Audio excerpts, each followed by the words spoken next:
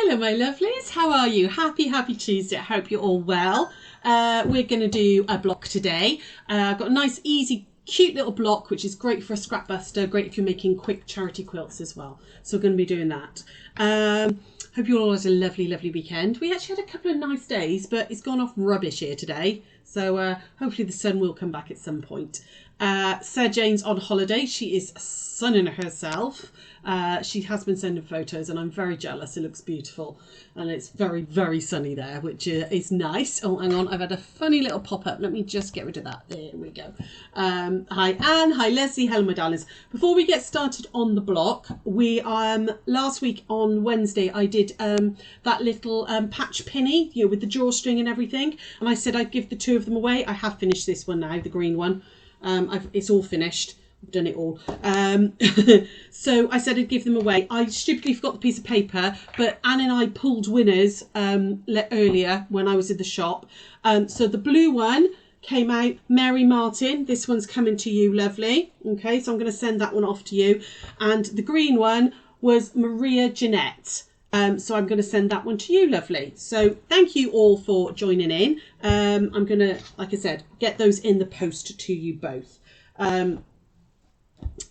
But yeah, I need to make another one for myself now. Well, I'm not going to, actually that's a lie. I'm not going to make another one for myself because I don't garden. But I do think they are a really lovely project. If you do make one, let me know. I want to see pictures of made ones. But yeah, Maria and who was the other lady? Mary Martin. Those two are coming to you, lovely. I just had to quickly get a message. Who was it? So anyway, that's all that. We're going to just get cracking on with the block. So I'm going to go over to here. Now, Phil has raised the camera for me. So it does mean I've got a bigger space now. Hopefully you're going to be able to see all this. Hi Leslie, hi Linda. Hello my darlings. Hope you're all okay. So what we're going to do is, this is the little block here. It's called Geese in a Field. It's a really old block. It's been around for hundreds of years. It's flying geese with a piece of fabric that you put on and then you join them together, and you can join them any which way. You can add them like this. You can have them going up and down like that. You can put sashing in between them. It's a very quick little block. Okay, so you can do all sorts with it. This is the block, and then you make as many as you want and you put them all together. Okay, so you can do all sorts of things with it. I thought we'd do some no waste flying geese today. We haven't done it for a really long time, so it's a little reminder for you who haven't done it before, and a little reminder for those of you who have, or if you've never done no waste. This is a real quick cheats way of doing it. Now, for this block, I want my flying geese to end up being 4.5 by 2.5 unfinished size. Okay, so the sizing I'm going to give you is for that unfinished size. Okay, hi Christine, hi Kate, hello my lovely. You will need one square. Now this square is the bit that ends up in the middle. Okay, that ends up the goose. Okay, so you want a square that is 5.25 inches by square. Okay, so 5.25 by 5.25. Was it 5.5? Hang on, I've got to check my note now. I've forgotten. 5.5. Sorry, ignore that. 5.5 by 5.5. I was thinking I cut 5.5. Why am I saying 5.25? 5.5 by 5.5. So I've cut this. I'm doing all of this out of scraps. Okay, brilliant for if you're, like I said, doing charity quilts because it's a quick one. And then you want 4 background squares. Okay, so this bit ends up being the sky that the geese are flying through. Okay, so you can do this either way. You could do that, but we're keeping the colour as the goose. Am I freezing? Am I freezing for anybody else, lovely? The camera's not freezing as I'm watching it, but I don't know if that's just you, love. But you need 4 background squares, which are, now this is one of those times that you're going to have to deal with 1/8 of an inch, because these are 3 1/8 of an inch. Okay, because it's a no waste one and we're doing this always, we're going to make 4 in a row. You do want to make sure, and that's not the right ones. They're not the right ones. They're the ones I was using for something else. It's me thinking I'm being clever. I'm going to have to very quickly cut some background squares, my lovelies, because No, there it is. That's the piece that I cut ready. There we go.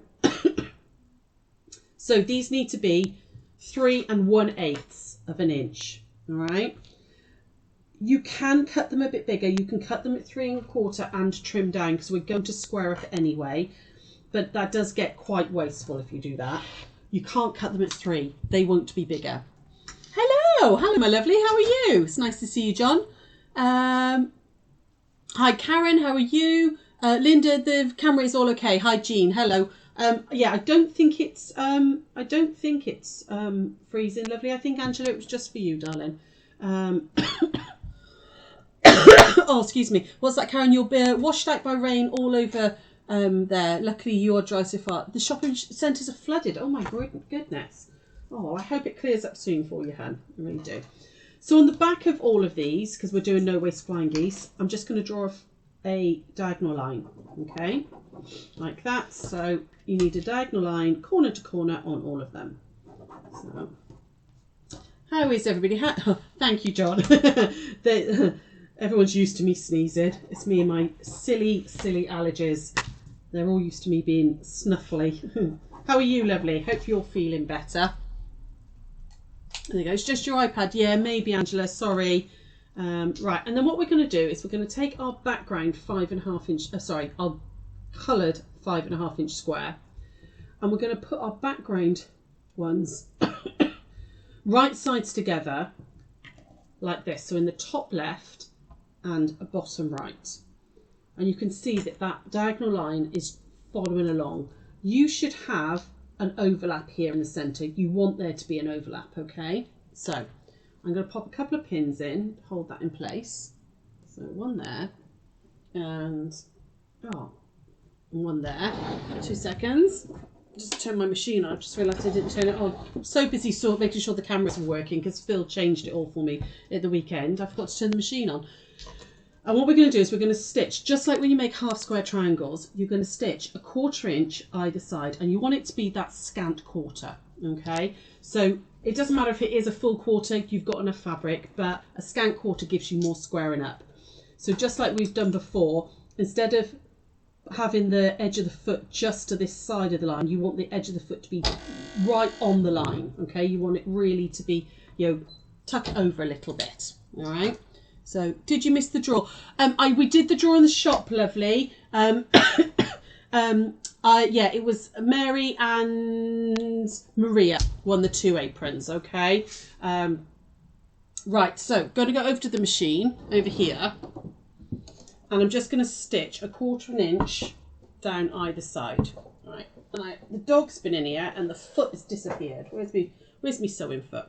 So, I'm going to stitch down 1/4 inch, and this is going to make 4 flying geese at once. Okay, I love this method. I do this a lot when I've got I use this one a lot when I've got a lot to make. It's one of those ones that you can sit and chain piece as well, which is really nice, which is what I did with the other ones. So stitch down that one like that. Over we go. And then we're going to go back to the overhead. And the first thing we're going to do is we're going to cut up that drawn line. Okay, so I've just stitched 1/4 inch either side. Now, hopefully, this now isn't too far away that you can see what I'm doing. Because I got Phil to make the camera higher, because we only had about that much space to work in, didn't we, last week? So he's moved it right up so that hopefully you guys can actually see full blocks and things. We're going to press this out now. We want to press it out towards that little background fabric. So I always do just finger press gently first, just to make sure it's all sitting back like that. And can you see you've still got that little overlap there, which you want. I'm going to give that a press. And you've got this sort of funny heart shape thing happening now. And then I'm going to do the same on this one. So just set my seam, just press that, finger press that a little bit, and then press along. Okay. And what you've ended up with is something that doesn't look like a flying geese at the moment, all right? But we're going to add in these other 2 background squares. So these are going to sit right in this corner down here. like that. Okay, so I'm going to line those edges up, and your diagonal line should be going right way through this point. Okay, where you've got this little point here, your diagonal line, that's where it should be heading to. Okay, or as near as damn it anyway. Remember, no quilt police. Down on that one like that. And I'm going to put this one, and then I'm going to do exactly the same. I'm going to stitch a 1/4 inch either side of that drawn line. Again, a scant quarter. It's a good view now. Brilliant. Thanks, Linda. Yeah, it was so close because the new webcam that I bought had a smaller like field. It meant that I didn't have much space to work in, but as long as you guys can still see, he hasn't hired it too much. So I'm going to go down that one like that, and I'm going to chain piece these. I'm going to add in my next one and stitch down on that one. Which again, if you're chain piecing, you can do, keep adding these in and then go back in and do the other side. Okay, I'll just flip those round and then 1/4 inch down that side. There we go. So what have you all been up to? Has anybody had a fun weekend? What did you all do? I actually went out dancing on Saturday night. I went to Cheltenham to meet up with some old school friends. And we ended up in the pub and then at a club that we used to go to when we were in our late teens, early 20s. I'm coming back over here. There we go. And I was still dancing at 3:30 in the morning, by which point I then had to take my very, very tipsy husband home because he came with me. And Berrio was, yes, very, very tipsy. Ridiculously so. But yes. However, the following day, I could barely walk. I'm definitely too old to be on a dance floor for 4 hours until 3:30 in the morning. No. It was a brilliant time though. We had such a good giggle. We really did laugh loads. And yeah, really, really good evening. But yeah. What's that, Christine? You've been putting up a polytunnel. Hard work. Yeah, oh gosh, I imagine it is, love. Wowzers. What are you going to be growing in your polytunnel? Right, I'm just gently pressing those out now, and you can see the start of those flying geese. You have got to square them up, and I'm going to talk you through how to square them up correctly as well. There we go. So yeah, it was very funny to be in a club that I was in when I was like 16, 17. Obviously legal, not drinking at that age, obviously, but maybe. And being in there, and it's like really real deja vu. But then being on the dance floor with all these 20 somethings, it was yeah, it was fun. It was really, really good fun. So you've got these now that are like this, but they need squaring up. They're too big at the moment. So what you're going to do first of all is kind of with the flying geese, the thing that's important is the point.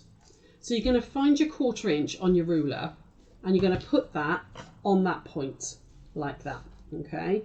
And make sure it's pretty much vertical, okay? It's nice and parallel with this edge here. And the first thing we're going to do is we're going to trim that off so you've got an exact 1/4 inch from the point to the edge, so your seam allowance. What's that, Jean? You play golf, made hexes and cards, and made of hexes using mini charm packs. Oh, lovely. Oh, and you can be doing winter veg. Nice, Christine. Nice. There we go. What we're going to do now is I want these to be 4.5 by 2.5. So I'm going to trim this down to 2.5. So 2.5 inches on my ruler, like that. And make sure that's nice and straight all the way down. And I'm going to trim off this excess up here. Okay. Now, it says no waste. There is a teeny tiny bit of waste, but that's only because I use a scant quarter. Hi, Carol. Hello, lovely. And then I want them to be 4.5 inches this way. So half of 4.5 is 2.25. So on your ruler, you're going to find your 2.25 inch line both ways. And make it so you can make a little mark on your ruler if you need to. So that one there is where I'm going to be looking for. So that's 2.25 across, 2.25 down. That point there is going to sit right on the point. So I'm going to do that and get it on the point. And the next thing you want to do then is, can you see this 45-degree line here is running up that seam? So I'm just going to wiggle it around to make sure that my 2.5 is right there, my 45 is right there, and then I can trim off that bit there. Okay, flip it round, and now I can measure exactly 4.5. So I've got my 4.5 here, horizontal line there, and I can trim off that bit of excess. And you've got nice, neat flying geese, and I've done 4 in 1 with very, very little waste. Okay, so we're just going to quickly do that again. So 1/4 inch from the point. I'm just going to do these 2 so I can use them for the block. Ooh, come on. And then 2.5 that way. So making sure my 2.5 line is nice and perfect parallel to this line. Don't know what that was. Like that. And then get my 2.25, right, 2.25, 2.25 inch point there, right on that point. Make sure everything's lined up. That 45 is running along, 2.5 along the bottom. Oh, hang on, just, there it is there. Moved as I move. Chop that bit off, and then my 4.5. Now there are different rulers out there. There are flying geese rulers, which are great. If you've got one, absolutely use it. But if you haven't got one, you can just do it with your normal ruler like that and make them nice and neat. So you're going to make as many flying geese as you want. As you see, I've got more here already done. And then we're going to choose 3 of them. So I'm going to go 3 different colours. They don't have to be. You can put the same colours all in each one. You can just do 2 in 1, whatever you want. Okay, the whole idea of this is you're going to be using up scraps, right? And I'm going to pop them all go in the same way. So I want all these. Doesn't matter if it's left or right, entirely up to you.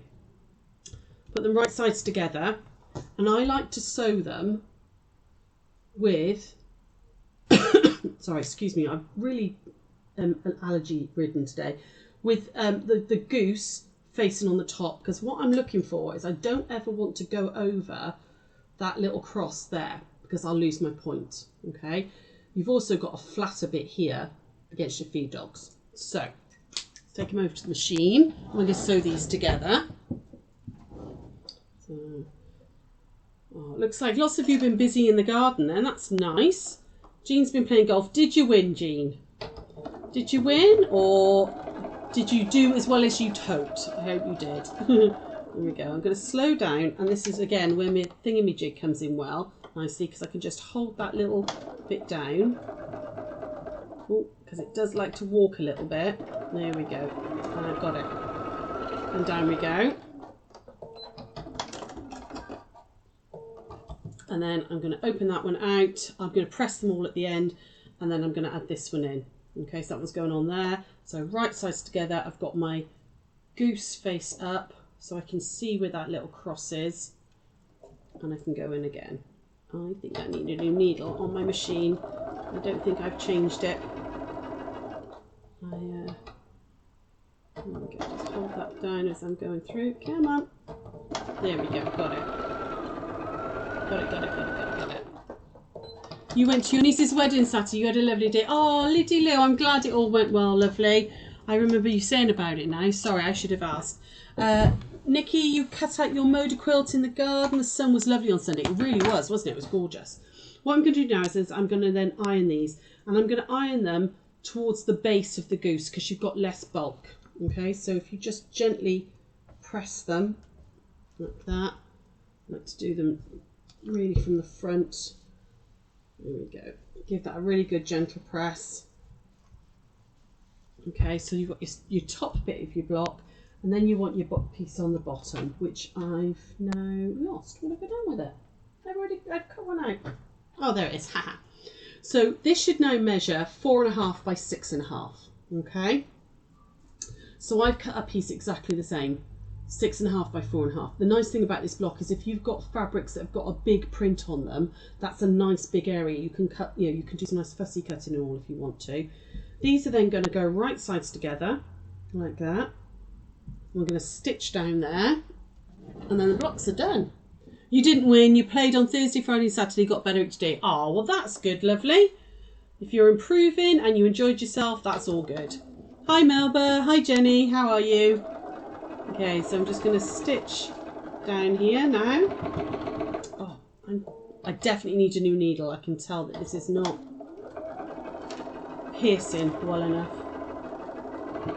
I have done a lot of sewing. I did the next blocks for the quilt along. There is still time to join in the quilt along if anybody wants to.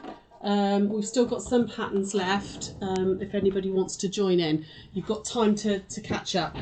So, although everyone's doing it in their own pace, so it really doesn't matter. And then I'm going to iron it towards the bigger piece. So just set my stitches and flip it open like that.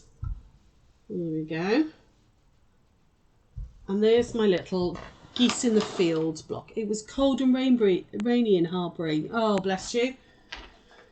It wasn't too bad here, actually. It wasn't too bad at all. And you can then just keep making as many blocks as you like. It's a really lovely block to do. So you can set them out in all different ways. So you can set them opposite. So with these ones, I've put these in opposite ways, your opposite sides. So joined my bigger piece on opposite sides.